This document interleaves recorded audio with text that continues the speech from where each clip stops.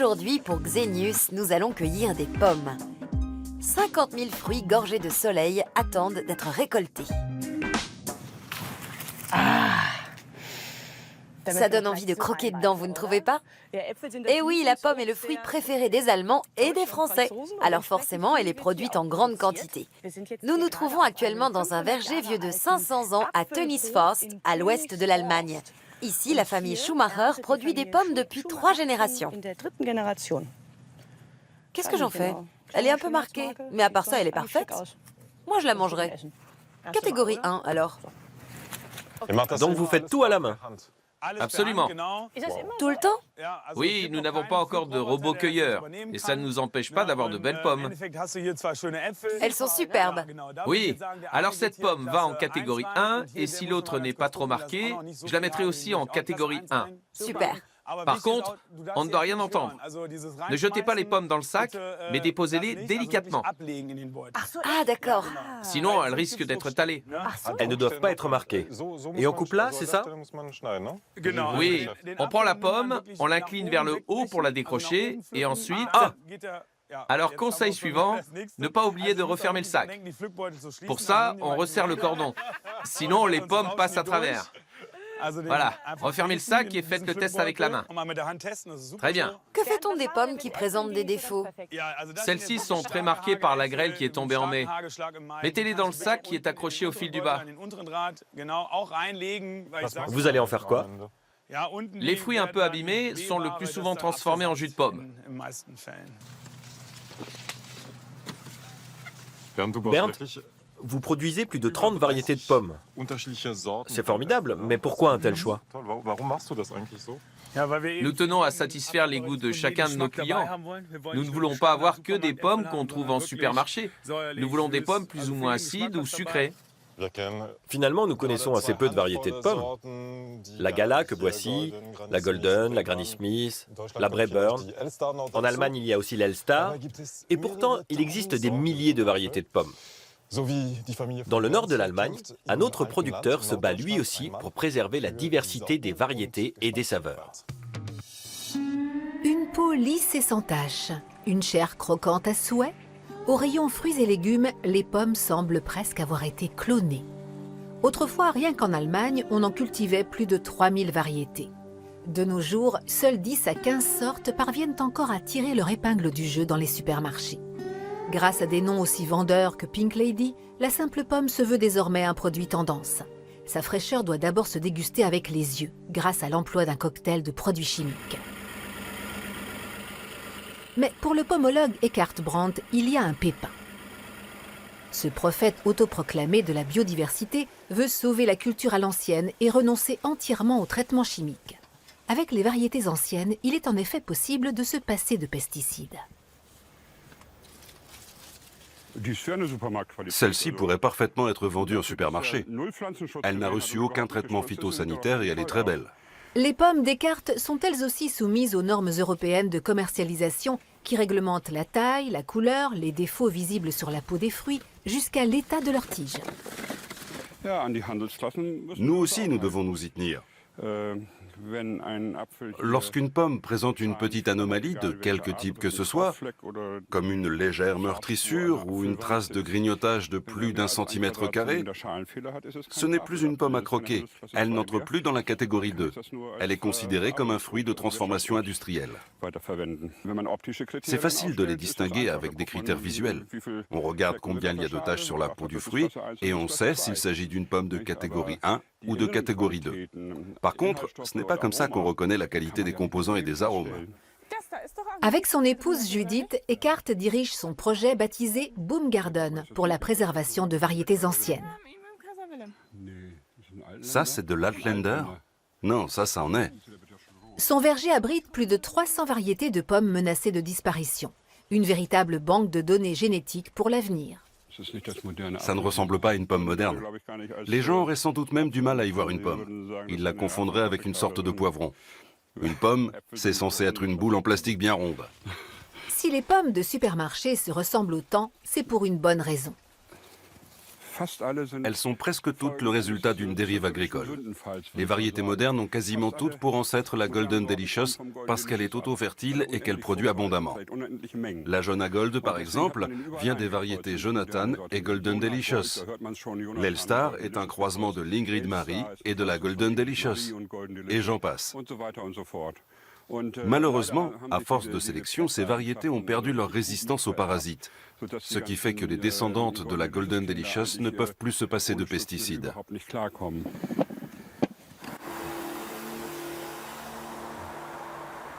Eckhart s'est donné pour mission de sauver la diversité génétique de la pomme.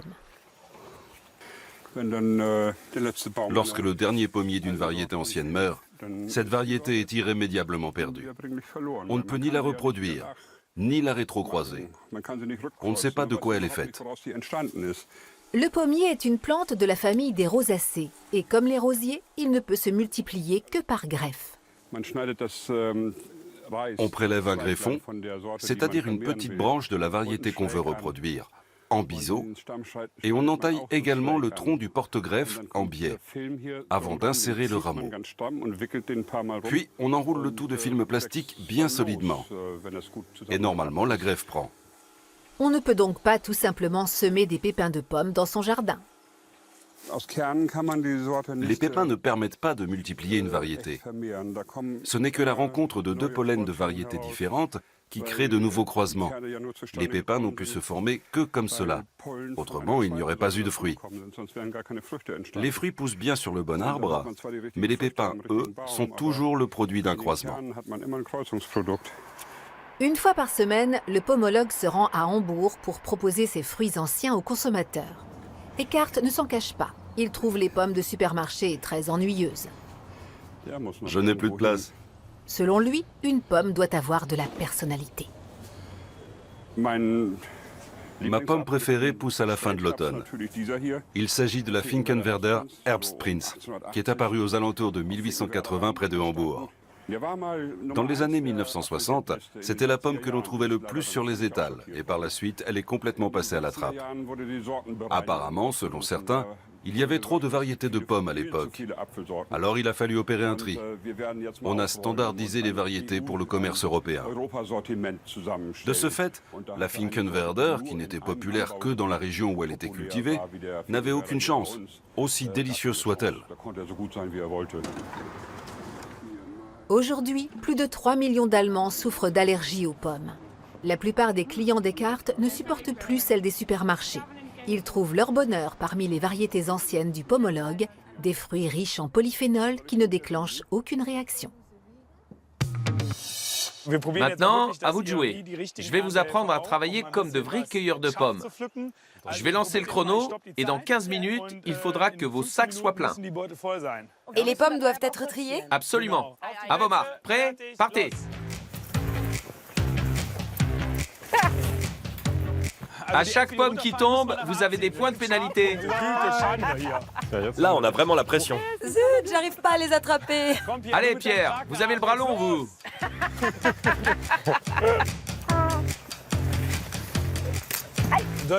Dörte, n'oubliez pas de les déposer délicatement.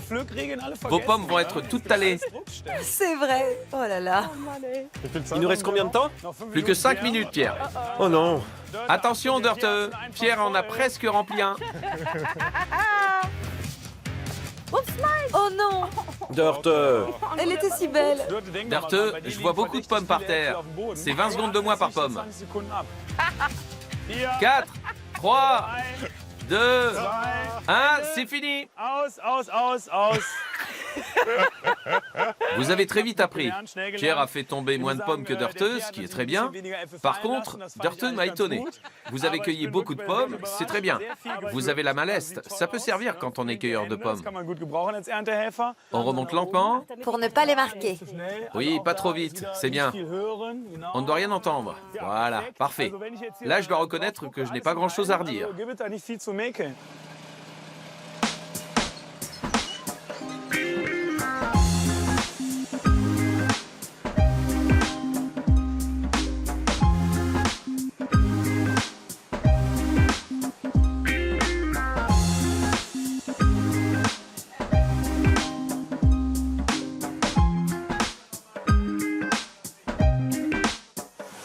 Pierre, voilà votre poste de travail. Le sac de pommes a été vidé sur le tapis. Maintenant, vous allez retirer celles qui, selon vous, sont trop abîmées. Celle-ci, par exemple. Elle présente trop de meurtrissures. Il faut l'enlever. On va passer de l'autre côté. Vous voyez ce qu'elles sont? À l'intérieur, chaque pomme est photographiée et mesurée individuellement. Ensuite, elles sont réparties dans les casiers. Il y a 7 sorties. D'un côté, on a cette grande caisse qui va être remplie de pommes, et de l'autre, un poste de tri où on va préparer des caisses de 12 kilos pour les commerçants. Et elles vont être triées selon le calibre? Oui, exclusivement. C'est Pierre qui se charge du tri qualité en amont. D'accord. Vous voyez, les pommes arrivent ici. Vous devez les ranger dans cette caisse, la face rouge vers le haut, bien serrée. Allez-y. Normalement, il ne devrait plus y avoir de pommes abîmées, puisque Pierre a fait le tri. Oui.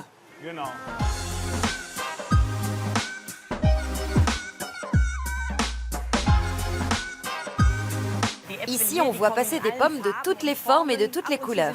Il arrive même parfois qu'elles soient un peu biscornues, ce que personnellement je trouve très mignon. En revanche, les pommes qu'on nous propose en supermarché sont visuellement irréprochables. Comment cela est-il possible? Avec un soupçon de chimie, peut-être? Le salon Fruit Logistica à Berlin. Un rendez-vous incontournable pour les acteurs de la filière fruits et légumes. Ici, la pomme est bien plus qu'un produit de la nature. C'est un produit de marketing censé procurer beauté, santé et sex appeal. Il s'agit de convaincre la génération accro aux boissons énergisantes de croquer la pomme. Et pour cela, l'important, c'est la fermeté. Comme on peut le voir, elle est très croquante. Elle est le fruit d'un croisement entre une Lady Williams et une Golden Delicious.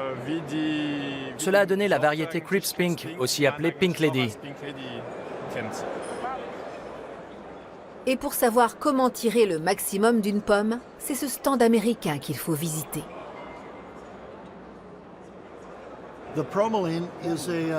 Promaline est un produit qui aide à allonger la pomme. Nous avons les 5 lobes et grâce à ce produit, le fruit s'étire vers le bas. C'est comme ça qu'on obtient la forme typique de la pomme Red Delicious. Il y a également Smart Fresh, à base de 1 MCP, une substance qui aide à améliorer la conservation, en particulier si l'entreposage doit durer 9 ou 10 mois. Histoire d'en savoir plus sur ce produit miraculeux au nom étrange, nous faisons halte au stand d'AgroFresh, son fabricant, une filiale de l'entreprise Dow AgroSciences. Ici, on vend avant tout un concept, des enfants souriants et des ménagères ravies. En l'absence d'attaché de presse, notre demande d'interview est refusée. Mais au détour d'une conversation, nous apprenons qu'une variété dite Club, connue à l'échelle internationale, a déjà été traitée grâce à ce produit magique. Et qu'en Allemagne, son utilisation grimpe en flèche. Les traitements chimiques après récolte sont pourtant censés y être interdits. Après avoir posé la question au ministère de la Justice et de la Protection des consommateurs, nous découvrons qu'il existe désormais 3 exceptions à cette règle. Fusium, Smart Fresh et Smart Fresh Protaps. Même si leurs noms sont différents, ces 3 produits ont en commun la substance 1-MCP. Ces effets sont durables et restent visibles jusque dans nos cuisines. Nous faisons une expérience avec une pomme de variété Club vraisemblablement traitée. En guise de produit de contrôle, une pomme bio, à gauche. En culture biologique, l'usage de Smart Fresh est proscrit. La différence sera-t-elle visible? Au bout d'environ 2 semaines, la pomme bio commence à se friper. Après 2 mois, la pomme Club cache toujours bien son âge, et ce, sans la moindre réfrigération.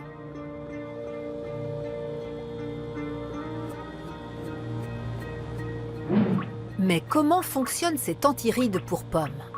Il faut d'abord savoir que ces fruits dégagent de l'éthylène, une phytohormone qui stimule le processus de maturation. Le 1-MCP, hautement réactif, se lie de manière durable aux récepteurs de l'éthylène, les bloque et empêche ainsi les pommes de poursuivre leur maturation. Au bout de 2 mois, notre pomme biologique s'est bien ramollie.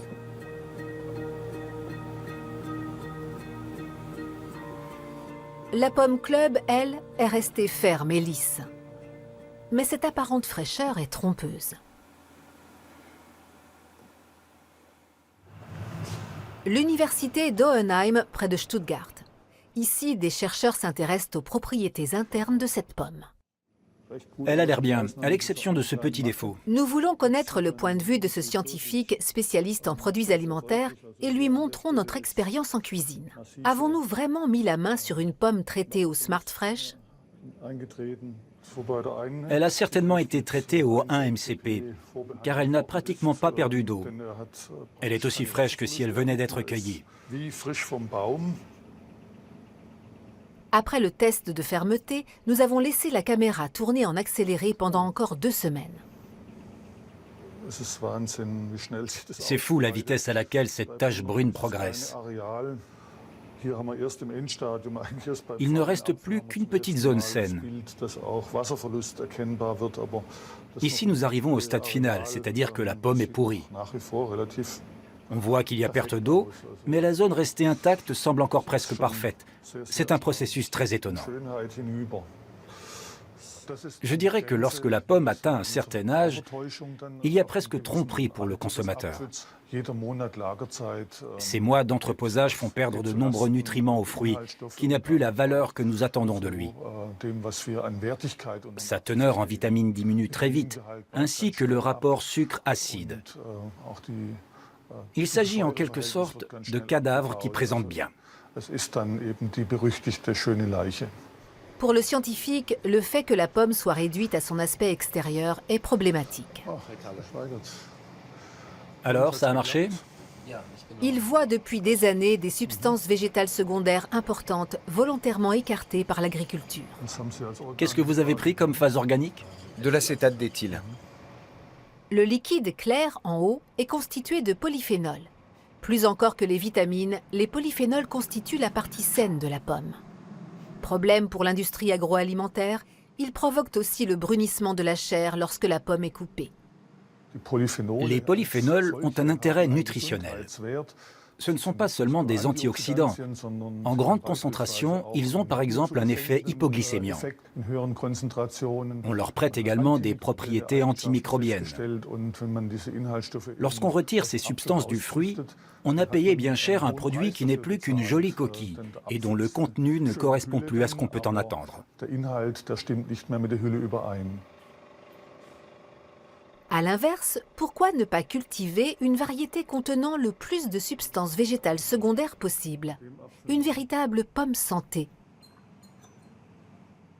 Ces produits existent. Il suffit de recommencer à les utiliser, à les entretenir et à les cultiver. Alors nous les aurons à notre disposition sans avoir à effectuer de coûteuses recherches. Que pensez-vous de Smart Fresh? Smart Fresh est un inhibiteur d'éthylène qui permet de stocker les pommes plus longtemps. Pour moi, il n'y a rien de mal à cela parce que cela ne laisse aucun résidu. En revanche, je trouve cela trop cher. C'est pourquoi j'ai préféré opter pour des cellules d'entreposage. À l'intérieur, l'oxygène est supprimé, ce qui me permet de stocker mes pommes pendant 1 an sans utiliser Smart Fresh. Grâce à l'oxygène. C'est ça. Grâce à la réduction de la teneur en oxygène dans la cellule, la pomme plonge dans une sorte d'hibernation. Elle respire moins et peut se conserver plus longtemps. Vous pouvez appuyer sur ce bouton. Sésame, ouvre-toi. On stocke les pommes entre 0,5 et 2 degrés. Ça sent bien la pomme là-dedans. C'est chouette. Combien de temps pouvez-vous les entreposer de cette façon? Normalement, on les garde jusqu'au début de la récolte suivante. Je peux donc conserver mes pommes dans ces cellules pendant 1 an. Elles restent parfaitement fraîches et croquantes. Par contre, toutes les variétés de pommes ne se gardent pas aussi longtemps. Les festivals, Cox Orange ou Rubinette sont toujours vendus avant fin février. Et leurs valeurs nutritives sont préservées? Oui, C'est vrai? absolument. On les met là-dedans? C'est ça, les L-Star ensemble. Super. Dans les rayons de nos supermarchés, les pommes ne sortent pas toutes d'une chambre froide d'un producteur du coin. Elles viennent parfois de pays très lointains, notamment d'Afrique du Sud. Ce qui est un peu ridicule avec toutes les variétés qui poussent déjà chez nous. Oui, et quand on voit les conditions de travail là-bas, l'envie d'en manger disparaît. L'Afrique du Sud, pays de contraste. Des richesses inaccessibles côtoient la pauvreté et les cabanes en tôle ondulée. Ici, la main-d'œuvre est abondante et bon marché. Employer un journalier coûte environ 8 € par jour. C'est du moins le salaire minimum prévu par la loi.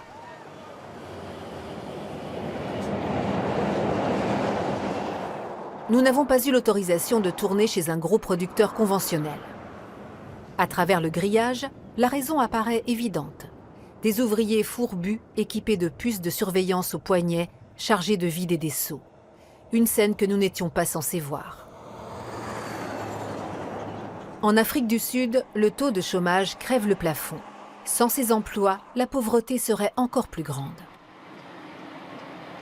Nous nous rendons dans le township Oliver Tambo, où nous devons rencontrer la représentante d'un syndicat d'ouvrières agricoles. Patricia Dayata est née dans une ferme. Elle est aujourd'hui la secrétaire générale de ce petit syndicat. Elle a trouvé une ouvrière assez courageuse pour accepter de nous parler.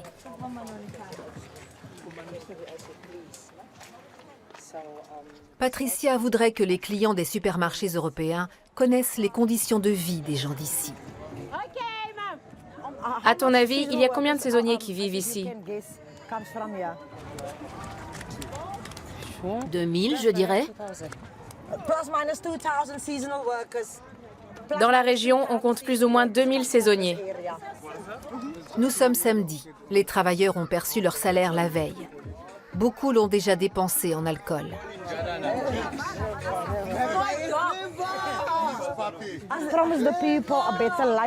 Ils ont promis une meilleure vie aux gens. Mais cette vie meilleure n'existe pas. Même après la fin de l'apartheid, les gens continuent à vivre dans la misère. Vous pouvez le voir.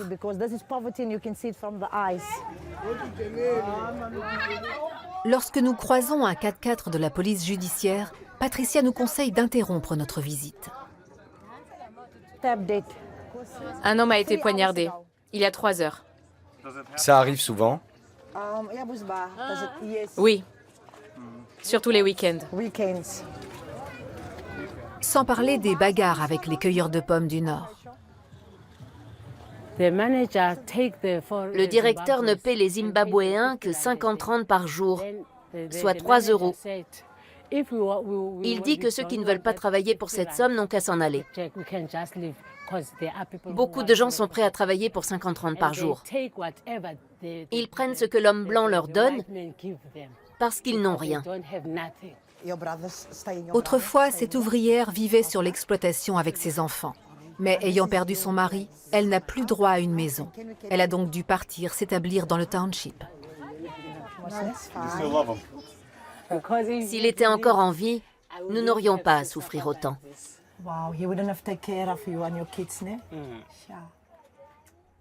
Quand on est pauvre, c'est impossible de survivre en Afrique du Sud.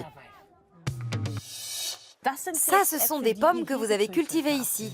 Exactement. Et leur chair est rouge? C'est ça. Le but de mon père était d'obtenir le plus possible de variétés à chair rouge. Magnifique! C'est dingue.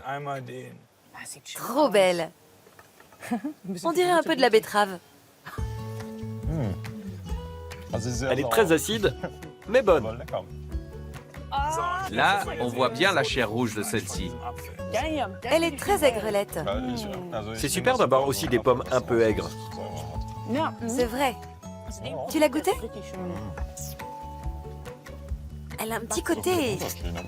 Maintenant, on va aller un peu vers le sucré. C'est une pomme également aigrelette, mais quand on la compare à celle à chair rouge, on se rend compte qu'elle est un peu plus sucrée en fin de bouche. Elle est délicieuse. Ça me donne envie d'en faire des tartes. Et là, ce n'est qu'une fraction de la sélection que vous proposez et que l'on peut encore obtenir. Rien que là, on a plein de saveurs différentes. Du coup, je me demande, pourquoi vouloir compromettre cette diversité? C'est vrai, d'autant qu'en Allemagne, on peut cultiver des pommes excellentes. Le climat s'y prête parfaitement. Je pense qu'on est capable, surtout ici à Tönisforst, de se mesurer à n'importe quelle région productrice de pommes dans le monde.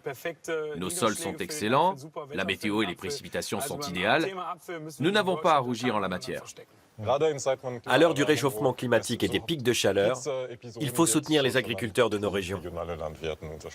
Et privilégier les circuits courts et la diversité, bien sûr, car nous en sommes les témoins, elle est belle et délicieuse. Sur ce, on vous dit au revoir, tout en couleurs et en saveur. À la prochaine et restez curieux, aussi en choisissant vos pommes. Alors, lesquelles on n'a pas encore goûté? Celle-là. Ah oui, la gala.